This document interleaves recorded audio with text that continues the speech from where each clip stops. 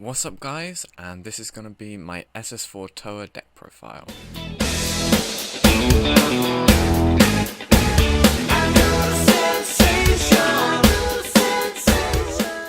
What's up guys, it's the new sensation, Big O Notation here, and today I'm going to be profiling the SS4 Towa deck that I played in the recent round of the Rising Phoenix Odyssey tournament.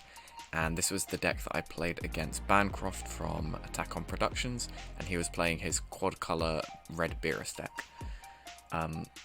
So for any of you guys who've been watching the channel for a very long time, you'll know that I really enjoy the ultimate Deck Towa Leader and kind of the surrounding archetype that came with it, with all the Xeno characters, as it was one of the viewer suggested decks that I had for a series a while ago, where I would take people's decks that they suggested to me and try and build them in my own sort of style, and then give you guys some gameplay and some profiles for them. And the Ultimate Towa deck was the first deck that got suggested to me, and I was already quite drawn to it because it was a rainbow color deck, and I really enjoy rainbow decks. I think they have a very interesting style, but the Ultimate Towa deck wasn't one that I'd tried out before. And I had a really good fun time creating it because I knew a lot of people were making it into this control build with the 9-drop Lord Slug and all of these blockers and deadly defenders. And I ended up taking it into a more aggressive variant, and so I'm really happy that the Ultimate Towa Leader has now been meshed with this SS4 package and a couple of other packages like the thwarting packages, just to make it into a properly aggressive deck, because I always played it as an aggressive deck and I always felt like it was built more towards an aggressive style. So I'm just happy to see that it took the path that I envisioned for it. But we'll get straight into the deck profile. So for the actual Towa Leader, first off, it has a permanent where it reduces all Dark Broly's and Xeno characters that are non-black Xeno characters that cost 9 or less in your hand. It reduces all of their specified costs, so they don't have any specified cost, and then it reduces their cost by 1. So that's going to be for all Dark Broly's and Xeno characters that aren't black that cost less than 9. So that's just to make sure that it doesn't impact the cost of things like the Cell Xeno Secret Rare or like the Boo counter Secret Rare for green. So it's got an auto of when this card attacks, you add up to 1 card from your life to your hand, then draw 1 card. So it's very simple. It's got some nice self-awakening. The only downside to this is that you have to choose whether you take the life or not before you draw the card. But even if you don't take the life, you do get to still draw the card because it says add up to 1 life. So that's a nice bonus on the front side of the leader. And it's got some strong self-awakening, which is always good for an aggressively pivoted deck. And then the Awaken is just when the life is at 4 or less, you draw 1 card and flip up to 1 of your energy to active mode, which is pretty standard. On the back side, it maintains the permanent, but it gains a new attack auto, which is when this card attacks, you draw a card, and then this card gains 5k power for the battle. So that's especially useful in an aggressive strategy, because that extra 5k is going to take a couple of extra cards out of your opponent's hand to combo out of it. And it also just helps if you need to clear a board and you need to swing into bigger battle cards that are on your opponent's board. And then you get a new once per turn auto, which is when one of your Dark Broly cards or non-black battle cards with Xeno in its character name is removed from the battle area by an opponent's skill, you draw a card. So this is going to proc every single turn that your opponent is removing your stuff, which is really helpful because you're an aggressive deck, so you're going to be building up a massive board very early into the game. So oftentimes decks like this will struggle with board removal, but this kind of compensates for that, because if your opponent is removing your board, you're going to be drawing a few more cards, so then you can spit out another board during the next turn. So the leader is fairly simple, mostly just there for the cost reduction that you get across some of your cards, but it's also got some things like good self-awakening and protection for your board as well. So going into the actual SS4 package, we have 4 copies of our main starter card, that being the SS4 Vegeta Prismatic Aegis. Now, something important to note is all of the SS4 cards are going to be 2-drop multicolor black cards, but they have good synergy with the leader because of a ruling that states that multicolor black cards are also treated as non-black cards. So they actually have synergy with the leader's permanent, which means that they actually get their cost reduced by 1. because they're treated as black and non-black cards simultaneously for some reason, which is a bit of a counterintuitive ruling, but it works in very well for this deck, so I'm not complaining in any way. But the SS4 Vegeta card is a very simple 16k crit. Its first auto is relevant because your leader's not a Bardock Xeno. But the second auto is when this card is played from your hand, you draw 2 cards, and then choose 1 card from your hand and place it at the bottom of the deck. So this card, not only is it a very efficient 16k crit, but it's also going to give you some card draw and some cycling, which is what makes it such a strong card early in the game, and this is what you're looking for in your mulligan. You want to be dropping this turn 1 or turn 2 if you can, just to start digging for the rest of your pieces, because you run a lot of different engines in this deck that have different synergies with each other, so you want to find the right pieces to the right engines, and this really helps you do that. Something else important to note about the SS4 package is they all have 1 cost 5k combo power. This is obviously to restrict them from being used outside of the Bardock Xeno leader, but it does mean that we're going to have a very low ability to combo cards from our hand or from the board with this leader, because the combo cost doesn't get reduced with the Towa Leader. And we do have 18 different cards, or 18 different SS4 cards in this deck, so we're going to have 18 different 1 cost 5ks. And so it means that when you're going all in, you're not going to be able to combo very high, and it does mean that you rely more on flooding the board and going wide rather than being able to combo really tall. And it also means that you lack a lot of defensive capabilities. And the final thing to note about the SS4 package is because they're multicolor cards, they're all going to have energy exhaust. But however, because we're an aggressive deck, we don't want to be charging these SS4 cards, because setting ourselves back 1 energy is going to be really painful for this deck, because 1 energy does a lot for this deck, because a lot of your battle cards cost 1. And it's just very important, even though we have 18 different multicolor cards in the deck, we do not want to be charging any of them. So it can make charging a little bit awkward at times, but it's just very important to note that you don't want to be charging these SS4 cards, and it also makes them a little bit tricky to combo with. But for the rest of the SS4s, we have SS4 Bardock Prismatic Burst.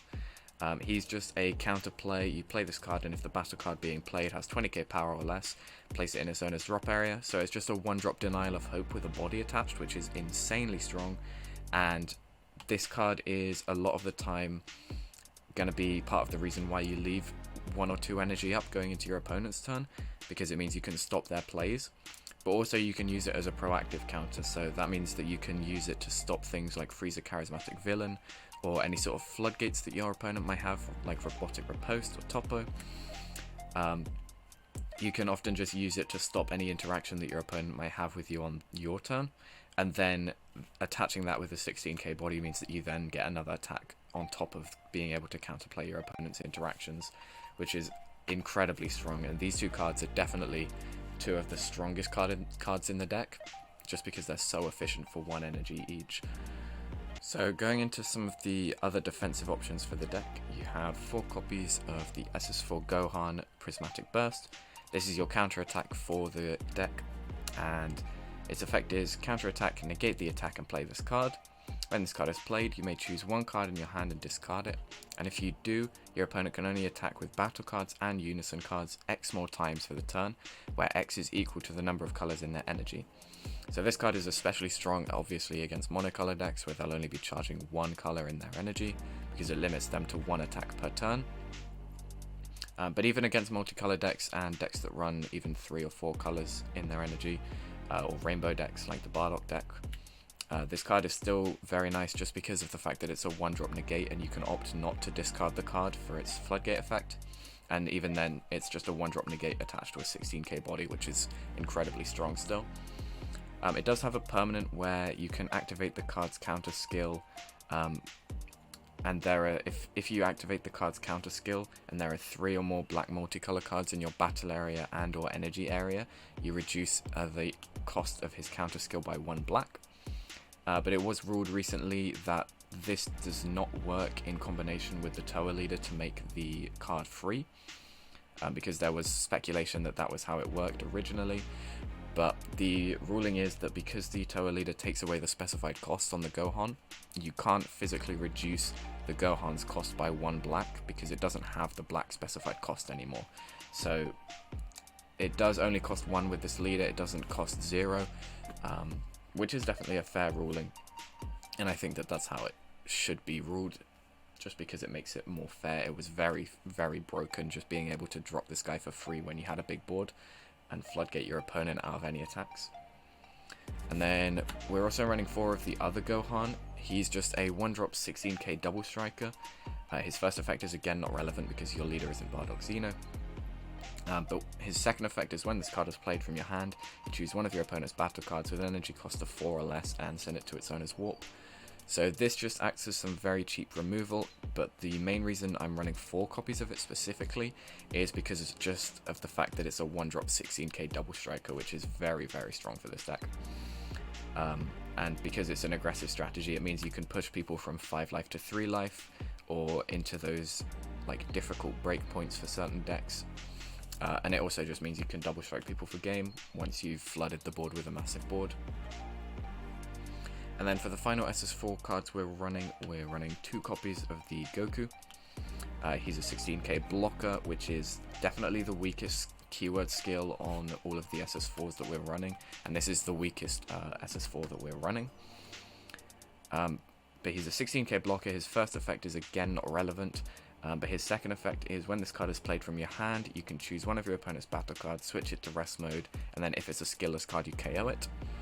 So this isn't entirely relevant to the deck. There's not very many times where you're going to be using that effect and it actually does things, unless your opponent has blockers of their own. But the main reason you run it is because it's a 16k Goku, and it also has the blocker tag, which can be useful with another card we're bringing out, or I'll be showing you in a second. But the 16k Goku is obviously relevant because this is a 16k Vegeta, and so they're Goku Xeno and Vegeta Xeno, so they'll be thwarting targets, which we are running a thwarting package, as with almost every black deck at the current time. But then going into the main key centerpiece of the deck, I would say, I'm running 4 of the Towa promo. So this guy has a lot of text, and I'll try and read through it. So it has an activate main for 1 energy, where if your leader is a Towa, your opponent has 2 or more energy, you discard this card from your hand, and then you crit a life. Then it has the limit 1 before limit 1 was released, so you can only activate this skill on copies of this card once per turn. You get to choose between either playing a Dark Broly card from your deck, so that can include any of the 6-drops or any of the cheaper ones like the 2-drops or even the 7-drop. Or you can play up to 2 Dark Broly battle cards with different card names and energy costs of 2 or less, and or non-black battle cards with Xeno in their character names and different card names and energy costs of 2 or less with their skills negated for the turn, and both of those bring those out from the deck. So the main way that you're using this, and previously in my Towa deck profile before the SS4 stuff came out, I was just using this card to bring out the 6-drop Dark Brolys as extra 30k swings, and I think that there could potentially be space for that in this deck if you could maybe tech in 1 or 2 of the 6-drop Dark Brolys just to bring out from this guy as a 30k swing sometimes, because that definitely had some really strong utility. But the main reason you're running this card in this version of the deck is because you can bring out all of the SS4 Xeno stuff from it. So most of the time you want to be bringing out a Goku from your deck, which is why we're running 2 Gokus, because you don't often want this card in your hand, you're mulliganing it away most of the time. But if you have 2 Gokus, then oftentimes what happens is even if one is in your life, the other one will be in your deck. So it means you always, or you're almost guaranteed to always have a target for the Towa to bring out the Goku. And then, depending on the situation, you can choose between the Double Strike Gohan and the Crit Vegeta. You bring out the Crit Vegeta in the case that you don't already have Vegetas in your hand, and that sets you up for a thwarting, obviously. But if you do have Vegetas in your hand and you are set up for a thwarting, or even if you have Vegetas in your drop or warp already, you don't want to bring out the Vegeta because you'd rather have the Vegeta in your deck because it is probably the strongest card in your deck, because it has the best effect when you play it from your hand. It gives you the most advantage, and its keyword skill, critical, also gives you a lot of card advantage, because no matter what state of the game it is, your opponent doesn't want to be taking critical attacks, whereas earlier in the game they can be okay with taking double strike hits. And so the other option is the Gohan, just because it has the next strongest keyword skill, and it also doesn't do much when it's in your hand. It does offer you some strong removal, but because of the keyword skill, this is your next best target, because if this survives going into the turn after its skill's negated, it's then just a 16k double strike body, which is very helpful. So the Towa is definitely a really strong card because it just gives you 2 bodies for 1 energy, and it also helps you self-awaken because it crits you a life. So it's definitely a very nice card, and it also sets up your thwartings, which is insanely strong. I'm also running 4 copies of the Dark Dragon Balls. So this is just a 0 cost extra card. It searches the top 7 cards of your deck for a Dark Broly, a non-black battle card with Xeno in its character name, or the Unison that comes with the ultimate deck, which I'm not running in this deck. But a couple of things to note is, again, this can search all of your SS4 pieces, but it can also search things like your secret rare, because this is the only specific card that specifies non-black Xeno cards without giving a specific energy cost restriction on it. So like the Towa Leader only reduces stuff that costs 9 or less, whereas this can actually search anything that has a Xeno in its character name.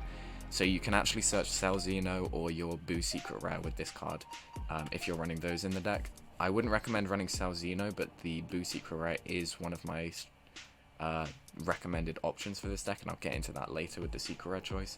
But most of the time you're just using this to search out your Vegetas or whatever SS4 card you need at the time. Then, as I mentioned earlier, of course, we're running SS3 Thwarting the Dark Empire. I'm only running 2 copies. I have considered bumping this up to 3 because I don't feel like I see it enough in my hands. And there's a card that I will explain later that I'm considering cutting for the 3rd copy of the Gogeta, but I'm also not running very many Overwhelms, so it can be a little bit trickier to set up the Union Fusion for this deck, or for this card. But obviously this is an incredibly strong card. 1 energy for a 25k double striker that removes guys on swing is insane, and you at least want to be running 2 if not 3. And then for a more interesting take on the deck that I've gone for, so I've got 1 copy of Janemba Bewitching Blow in the deck. Obviously this card is limited, and I would run more if I could, but the synergy that this card has with this deck is the 2-drop Towa promo brings out the SS4s with their skills negated. So if you do that when you're on 3 energy, which oftentimes if you went first, 3 energy is the earliest time you can do it because your opponent has to be on 2 or more energy. So if you went first, when you hit 3 energy will be the first turn that you can play the Towa promo effect. And then this guy can then bounce one of the skillless SS4s to your hand, because it's considered a skillless card with its skills negated. And then when you have 3 or more energy, you bounce that to your hand, and then you get to play this guy as a crit dual attacker, which is a really strong play for this deck. And I think this should be a one-off in any sort of SS4 Towa deck, just because it's, when you draw it, it feels like a King Piccolo New Ruler, like it feels so insanely strong. And it also, the fact that it gives you the SS4 back to your hand, so then you can bring out Vegeta from the Towa, bounce it back to your hand, and then play it again for the Draw 2 effect, which is really insane. And I think that this card should be in every SS4 Towa deck that runs the SS4 package. But I have included to actually include a Janemba package with this Janemba Bewitching Blow. So I'm running 3 of the ball, 2 of the 4-drop, and 1 of the 6-drop.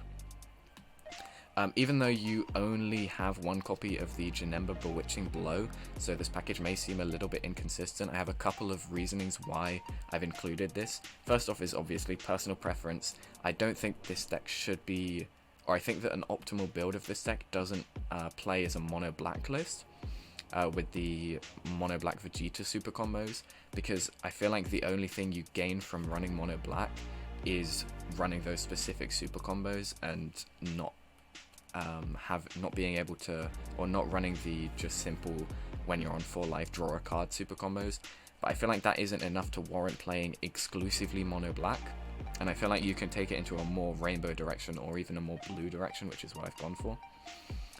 Secondly, because of the amount of cycling you have with the Vegeta, the Janemba is a lot easier to find than you would think, as long as it's not stuck in your life. And even if it is stuck in your life, you're taking a lot of your own life with your leader effect.